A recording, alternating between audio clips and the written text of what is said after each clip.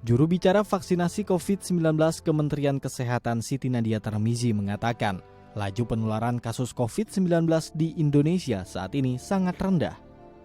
Nadia menyebut, kasus COVID-19 di Indonesia mengalami penurunan sebanyak 200 sampai 300 kasus per hari. Sedangkan kasus kematian selama 1 minggu rata-rata 10 pasien. Persentase kasus positif saat ini hanya 0,13%.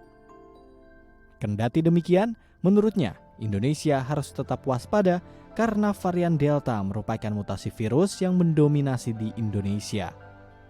Saat ini, varian Delta memiliki 23 turunan dan kemungkinan akan terus bermutasi.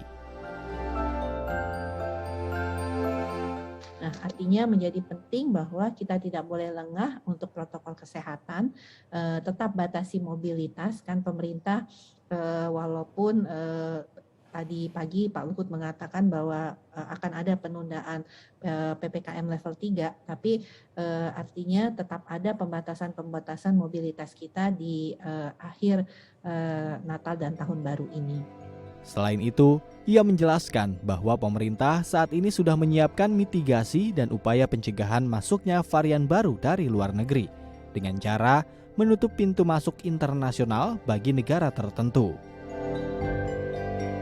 Sementara itu, epidemiolog Universitas Airlangga Dr. Windu Purnomo menjelaskan, masyarakat tak perlu terburu-buru dan panik mencari suntikan booster untuk mencegah varian baru.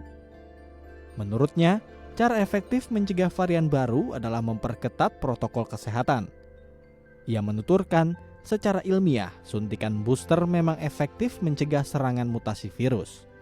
Namun saat ini, vaksinasi harus mengutamakan prinsip kesetaraan, pasalnya, vaksinasi di Indonesia belum merata. Tentu booster itu perlu, ya, karena antibodi dalam tubuh kita, ya, entah itu karena infeksi alamiah atau karena vaksinasi, ya, itu pasti akan turun lambat laun, ya, 6 bulan kemudian gitu kira-kira sudah turun. Tetapi kan masih ada 50% penduduk itu belum divaksinasi 2 dosis, ya.